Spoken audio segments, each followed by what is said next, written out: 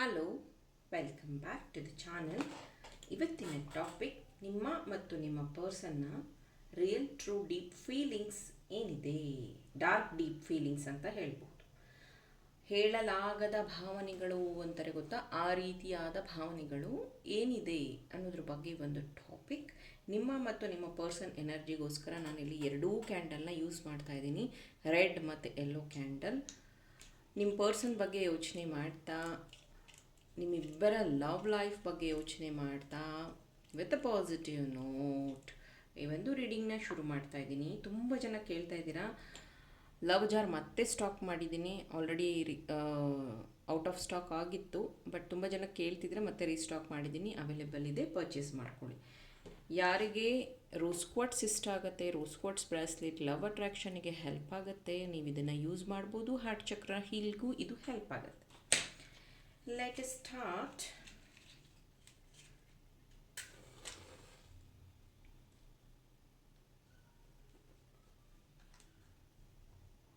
Thank you.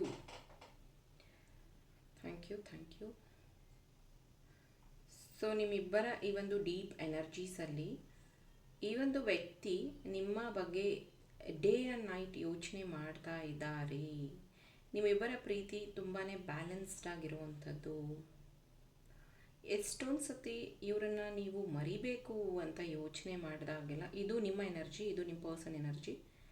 So ಈ ಎಷ್ಟೊಂದು ಸತಿ ಈ ವ್ಯಕ್ತಿನ ಮರೆತು ಬಿಡಬೇಕು ಅಂತ ನೀವು ಯೋಚನೆ ಮಾಡಿದವಾಗೆಲ್ಲ ಮತ್ತೆ ಮತ್ತೆ ಅವರ ಹತ್ರ ನೀವು ಲಾಕ್ ಆಗುವಂಥದ್ದು, ಅವರ ಪ್ರೀತಿಯಲ್ಲಿ ನೀವು ಮತ್ತೆ ವಾಪಸ್ ಹೋಗುವಂಥದ್ದು, ಅವರನ್ನು ಬಹಳ ಏನಂತಾರೆ ಮಿಸ್ ಮಾಡ್ಕೊತೀರ. ಈ ವ್ಯಕ್ತಿ ಎಷ್ಟೊಂದು ತಪ್ಪು ಮಾಡಿದ್ರೂ ಇವರನ್ನು ನೀವು ಪ್ರೀತಿಯಿಂದ ಒಂದು ಮಗು ರೀತಿ ಬುದ್ಧಿ ಹೇಳಿ ಮತ್ತೊಂದು ಚಾನ್ಸ್ ಕೊಟ್ಟು ಮತ್ತೆ ನಿಮ್ಮ ಪ್ರೀತಿಯನ್ನು ಉಳಿಸ್ಕೊಳ್ಳೋದಕ್ಕೆ ಸಾಕಷ್ಟು ಪ್ರಯತ್ನ ಪಟ್ಟಿದ್ದೀರ. ನೀವು ಈ ಪ್ರೀತಿನ ಉಳಿಸ್ಕೋಬೇಕು ಅನ್ನೋದಕ್ಕಿಂತ ಈ ವ್ಯಕ್ತಿನ ಉಳಿಸ್ಕೋಬೇಕು ಅನ್ನೋದು ನಿಮ್ಮ ಆಸೆ.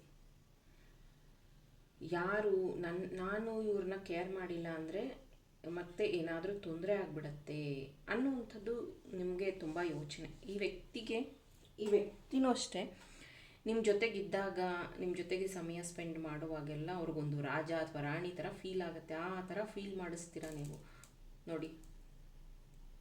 ಸೊ ಮೇಕಿಂಗ್ ಸೌಂಡ್ ಕ್ಯಾಂಡಲ್ ನೋಡಿ.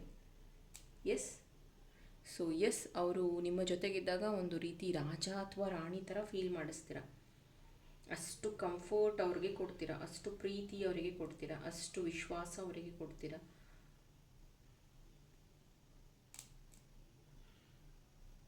ಎಷ್ಟೊಂದು ಸತಿ ನಿಮ್ಮಿಬ್ಬರ ಈ ಒಂದು ಪ್ರೀತಿನ ನೋಡಿ ಎಷ್ಟೊಂದು ಜನ ಹೊಟ್ಟೆ ಹೊರ್ಕೊಂಡಿರುವಂಥದ್ದಿದೆ. ಎಷ್ಟೊಂದು ಜನ ಏನಪ್ಪ ಇವರು ಇಷ್ಟು ಚೆನ್ನಾಗಿದ್ದಾರಲ್ಲ, ಅಂದರೆ ಒಬ್ರ ಬಗ್ಗೆ ಒಬ್ಬರು ನಿಜ ಗೊತ್ತಿದ್ರೂ ಎಲ್ಲ ಗೊತ್ತಾದ್ರೂ ಇದೇ ಥರ ಇದ್ದಾರಲ್ಲ ಅಂತ ನಿಮ್ಗೆ ಅನಿಸಿರಬಹುದು. ಅವರು ಕಣ್ದೃಷ್ಟಿನೂ ಸಹ ನಿಮ್ಗೆ ಆಗಿದೆ.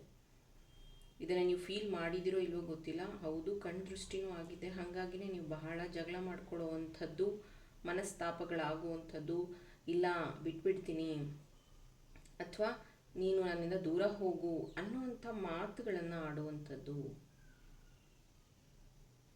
ಈ ವ್ಯಕ್ತಿಗೆ ಸದಾಕಾಲ ಕೆಲಸ, ಕಮಿಟ್ಮೆಂಟು, ಫ್ಯಾಮಿಲಿ, ಮನೆತನ ಈ ಥರ ತುಂಬ ಒಂದು ಟೈಮ್ ಅವರು ಅಲ್ಲಿ ಸ್ಪೆಂಡ್ ಮಾಡ್ತಾರೆ.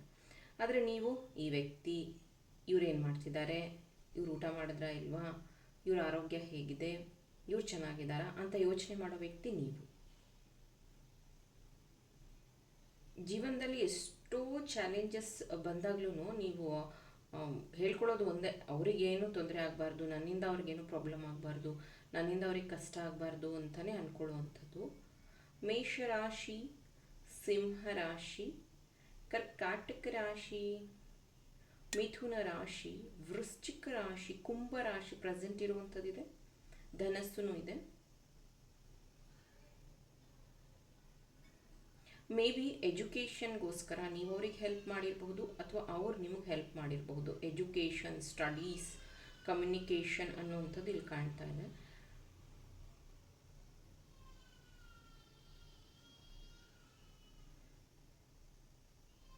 ನಿಮ್ಮ ಜೊತೆಗೆ ಅವರು ಒಂದು ಒಳ್ಳೆಯ ಕ್ಷಣಗಳನ್ನು ಸೃಷ್ಟಿ ಮಾಡಬೇಕು ಅಂತ ಆಸೆ ಪಟ್ಟಿರ್ತಾರೆ. ನಿಮ್ಮ ಹತ್ರ ಶೇರ್ ಸಹ ಮಾಡಿದ್ದಾರೆ. ಮೇ ಬಿ ಒಂದು ಒಳ್ಳೆಯ ರೆಸ್ಟೋರೆಂಟಲ್ಲಿ ಊಟ ಮಾಡ್ತಾ ಇರೋ ರೀತಿ, ಅಥವಾ ಒಂದು ಬೀಚ್ ಸೈಡ್ ರೆಸಾರ್ಟಲ್ಲಿರೋ ರೀತಿ, ಸಮಥಿಂಗ್ ಡ್ರೀಮ್ ಅಂತ ಅಂತಾರೆ ಗೊತ್ತಾ, ಈ ಥರ ನಾನು ನಿನ್ನ ಜೊತೆಗೆ ಟೈಮ್ ಸ್ಪೆಂಡ್ ಮಾಡೋದಕ್ಕೆ ಇಷ್ಟ ಅನ್ನೋ ರೀತಿಯಲ್ಲಿ ಆ ವ್ಯಕ್ತಿ ತುಂಬ ಅವರ ಭಾವನೆಗಳನ್ನು ಶೇರ್ ಮಾಡ್ಕೊತಾ ಇರ್ತಾರೆ. ಇಲ್ಲಿ ಪೇಪರ್ ನನಗೆ ತುಂಬ ಆ್ಯಪ್ಟಾಗಿ ಕಾಣಿಸ್ತಾ ಇದೆ. ಮೇ ಬಿ ಆಫೀಸ್ ವರ್ಕ್ ನೀವು ಅಥವಾ ಅವರು ಯಾರೋ ಮಾಡ್ತಿರ್ಬೋದು. ಆ ವರ್ಕ್ ಏನೋ ಮಾಡ್ತಾ ಇದ್ದಾರೆ, ಮಾಡ್ತಿದ್ದೀರಾ, ಆದರೆ ಕಂಪ್ಲೀಟ್ಲಿ ನಿಮ್ಮ ಮೈಂಡ್ ನಿಮ್ಮ ಪರ್ಸನ್ ಬಗ್ಗೆನೇ ಯೋಚನೆ ಮಾಡ್ತಿದೆ. ನಿಮ್ಮ ಪರ್ಸನ್ ಏನು ಮಾಡ್ತಿದ್ದಾರೆ, ಹೇಗಿದ್ದಾರೆ, ಏನಾಯಿತು, ಯಾಕೆ ಕಮ್ಯುನಿಕೇಷನ್ ಇಲ್ಲ, ಈ ಥರನೇ ಒಂದು ಯೋಚನೆ. ಪೇಪರ್ ತಿರುವು ಹಾಕೋದು ನನಗಿಲ್ಲಿ ಚಾನಲೈಸ್ ಆಗ್ತಿದೆ. ಮೇ ಬಿ ಪುಸ್ತಕ ಓದ್ತಾ ಇರಬಹುದು ಅಥವಾ ಬರೀತಾ ಇರ್ಬೋದು ಡೈರಿ, ಆ ಥರ. ಏನಾಗುತ್ತೆ ಗೊತ್ತಾ, ಕೆಲವೊಂದು ಪ್ರೀತಿಗಳು ನೀವು ಈ ಥರ ಬರೀ ರೀಡಿಂಗ್ ನೋಡಿಕೊಂಡು ಫೀಲಿಂಗ್ಸ್ನ ತಿಳ್ಕೊಂಡು ಹೀಗಾಗತ್ತೆ ಹಾಗಾಗತ್ತೆ ಅಂತ ಜಸ್ಟ್ ನೀವು ರೀಡಿಂಗ್ಸಿಂದನೇ ಎನರ್ಜೀಸ್ನ ಚೇಂಜ್ ಮಾಡೋದಕ್ಕಾಗೋದಿಲ್ಲ. ನಿಮ್ಮ ಪ್ರೀತಿ, ನಿಮ್ಮ ಲವ್ ಲೈಫ್ ಚೆನ್ನಾಗಾಗಬೇಕು ಅಂದರೆ ಏನಕ್ಕೆ ಬ್ಲಾಕ್ ಆಗಿದೆ? ದೃಷ್ಟಿ ಆಗಿದೆಯಾ, ಅಥವಾ ಹಾರ್ಟ್ ಚಕ್ರ ಬ್ಲಾಕ್ ಆಗಿದೆಯಾ, ಅಥವಾ ನಿಮ್ಮ ಪರ್ಸನಿಗೆ ಯಾರಾದರೂ ನಿಮ್ಮ ಬಗ್ಗೆ ಚಾಡಿ ಹೇಳಿದಾರಾ, ಥರ್ಡ್ ಪಾರ್ಟಿ ಇದ್ದಾರಾ, ಅಥವಾ ನಿಮ್ಮ ಡೆಸ್ಟಿನೇಷನ್ ಏನಿದೆ, ಇದನ್ನು ತಿಳ್ಕೊಬೇಕು ನೀವು. ಸುಮ್ಮನೆ ನೀವು ಬ್ಲೈಂಡಾಗಿ ಲವ್ ಮಾಡ್ತಾ ಇದ್ದೀನಿ, ಮಾತಾಡ್ತಾ ಇಲ್ಲ, ಮಾತು ಬಿಟ್ಬಿಟ್ಟಿದ್ದಾರೆ, ನಾವಿಬ್ಬರು ಮ್ಯಾರೇಜ್ ಆಗಿದ್ರೂ ಪ್ರೀತಿ ಮಾಡ್ತಾ ಇದ್ದೀವಿ, ನಮ್ಮಿಬ್ಬರು ಪ್ರೀತಿ ಯಾರಿಗೂ ಗೊತ್ತಿಲ್ಲ, ಆದರೂ ನಾವಿಬ್ಬರು ಚೆನ್ನಾಗಿರಬೇಕು, ಬಟ್ ಅದಕ್ಕೆ ನೀವು ತಕ್ಕ ಹಾಗೆ ಕ್ರಿಸ್ಟಲ್ಸು, ಬ್ರಾಸ್ಲೆಟ್ಸು ಯೂಸ್ ಮಾಡಬೇಕಲ್ವಾ? ಬರೀ ನಿಮ್ಮ ಎನರ್ಜಿಯಿಂದನೇ ಎಲ್ಲ ಸರಿ ಹೋಗೋದಾಗಿದ್ದರೆ ಈ ಥರದ್ದು ಪಾಸಿಟಿವ್ ನೆಗೆಟಿವ್ ಎರಡೂ ರೀಡಿಂಗ್ ಬರ್ತಾನೆ ಇರಲಿಲ್ಲ ಅಲ್ವಾ? ಸೊ ಅದ್ರ ಬಗ್ಗೆ ಯೋಚನೆ ಮಾಡಿ. ಇಲ್ಲಿ ಬರ್ಡ್ಸ್ ನನಗೆ ಚಾನಲ್ ಆಗ್ತಿರೋವಂಥದ್ದು, ಮೇ ಬಿ ಕೋಗಿಲೆ ಕೂಗ್ತಾ ಇರೋದು ನನಗೆ ಇಲ್ಲಿ ಚಾನಲ್ ಆಗ್ತಾ ಇದೆ. ಮೇ ಬಿ ನೀವು ಈ ರೀಡಿಂಗ್ ನೋಡುವಾಗ ನಿಮ್ಮ ಮನೆ ಹತ್ರ ಕೋಗಿಲೆ ಕೂಗ್ತಾ ಇರಬಹುದು, ಅಥವಾ ನೀವು ಕಾಲ್ ಮಾಡಿದಾಗಲೇ, ಅಥವಾ ನೀವಿಬ್ಬರು ಕಾಲಲ್ಲಿ ಮಾತಾಡಬೇಕಾದ್ರೆ ಕೋಗಿಲೆ ಕೂಗೋ ಸೌಂಡ್ ಕೇಳ್ತಿರಬಹುದು, ಅಥವಾ ಕೋಗಿಲೆ ಸೌಂಡ್ ಆ್ಯಪ್ಟ್ ಆಗಿ ಬರ್ತಾ ಇದೆ ನನಗಿಲ್ಲಿ. ಮೇ ಬಿ ಮನೆ ಹತ್ರ ನೀವು ಬೆಳಗ್ಗೆ ಎದ್ದಾಗ ಮೆಸೇಜ್ ಮಾಡುವಾಗ ಕೋಗಿಲೆಯ ಸೌಂಡ್ ಕೇಳ್ತಾ ಇರಬಹುದು. ಸೊ ಈ ವ್ಯಕ್ತಿ ಪ್ರೀತಿಯಲ್ಲಿ ತುಂಬಾ ಡೀಪಾಗಿ ನಿಮ್ಮನ್ನು ನಂಬಿದ್ದಾರೆ, ತುಂಬ ಡೀಪಾಗಿ ನಿಮ್ಮನ್ನು ಪ್ರೀತಿ ಮಾಡ್ತಾ ಇದ್ದಾರೆ. ಯಾವುದೇ ಅಬ್ಸ್ಟಕಲ್ಸ್ ಬಂದ್ರೂ ಅವರು ಅದನ್ನು ಯೋಚನೆ ಮಾಡ್ತಾ ಇಲ್ಲ. ಅಂದರೆ ನೀನೊಬ್ಬ ಅಥವಾ ನೀನೊಬ್ಬಳು ನನ್ನ ಜೊತೆಗಿದ್ರೆ ಸಾಕು, ನಾನು ಏನೇ ಬಂದರೂ ಎದುರಿಸ್ತೀನಿ ಅನ್ನೋ ಅಷ್ಟು ಅವರು ನಿಮ್ಮನ್ನು ನಂಬಿದ್ದಾರೆ, ಅನ್ನೋ ಅಷ್ಟು ನಿಮ್ಮನ್ನು ಅವರು ಹಚ್ಕೊಂಡಿದ್ದಾರೆ. ಹಿಸ್ಟ್ರಿ ಇಲ್ಲಿ ನಿಮಗಿಷ್ಟ ಅಥವಾ ಅವರಿಗಿಷ್ಟ ಅನಿಸುತ್ತೆ. ಅಂದರೆ ಹಿಸ್ಟಾರಿಕಲ್ ಪ್ಲೇಸಸ್ಗೆ ಹೋಗುವಂಥದ್ದು, ಹಿಸ್ಟಾರಿಕಲ್ ವಿಷಯಗಳನ್ನು ಮಾತಾಡುವಂಥದ್ದು,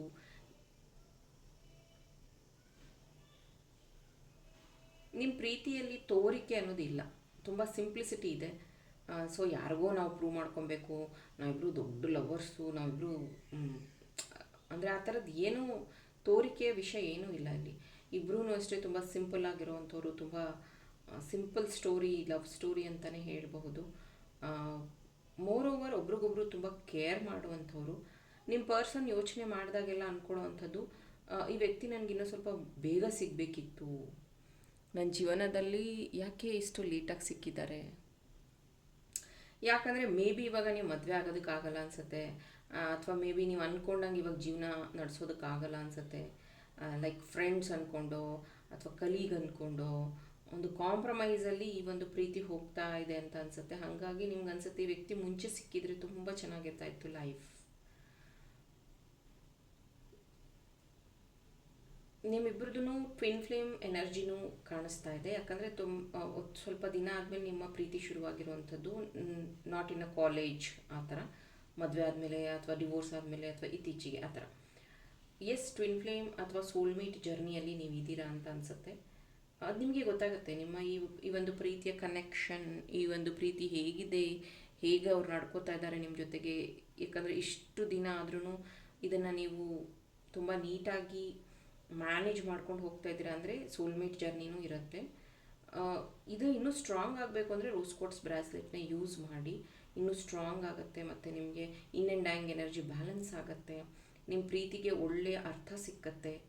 ಮತ್ತು ಆ ವ್ಯಕ್ತಿ ನಿಮ್ಮನ್ನು ಅರ್ಥ ಮಾಡ್ಕೊಂಡಿದ್ದೀನಿ ಅಂತ ಹೇಳ್ತಾರೆ, ಬಟ್ ಎಲ್ಲೋ ಒಂದು ಕಡೆ ನಿಮ್ಗೆ ಅನ್ನಿಸ್ತಾ ಇರುತ್ತೆ ನಾನು ಅರ್ಥ ಮಾಡ್ಕೊಂಡಷ್ಟು ಅವ್ರು ಅರ್ಥ ಮಾಡ್ಕೊಂಡಿಲ್ಲ, ಅವರು ತುಂಬ ಪ್ರಾಕ್ಟಿಕಲ್ ಆಗಿದ್ದಾರೆ, ಅವ್ರು ಹೇಳ್ತಾರೆ ನೀನು ತಲೆ ಕೆಡಿಸ್ಕೋಬೇಡ ಯಾವುದಕ್ಕೂ ಅಂತ. ಬಟ್ ಈ ಸಮಾಜದಲ್ಲಿ ತಲೆ ಕೆಡಿಸ್ಕೊಳ್ದೇ ಹೇಗಿರೋಕ್ಕೆ ಸಾಧ್ಯ? ನಾನೊಂದು ಹೆಣ್ಣು ಅಥವಾ ನನಗೆ ಒಂದಷ್ಟು ಕಟ್ಟುಪಾಡಿದೆ, ಈ ಥರ ನೀವು ಯೋಚನೆ ಮಾಡ್ತೀರಾ ವೆರಿ ಡೀಪಾಗಿ. ಸೊ ಇದು deep love, deep feelings, love reading ಆಗಿತ್ತು. ಐ ಹೋಪ್ ಇದರಿಂದ ಇನ್ಸೈಟ್ಸ್ ಇನ್ಫಾರ್ಮೇಷನ್ ಸಿಕ್ಕಿದೆ, ಹೆಲ್ಪ್ಫುಲ್ ಆಗಿದೆ ಅಂತ. ಹಾಗಿದ್ರೆ ನನ್ನ ಚಾನಲ್ನ ಫಾಲೋ ಮಾಡಿ.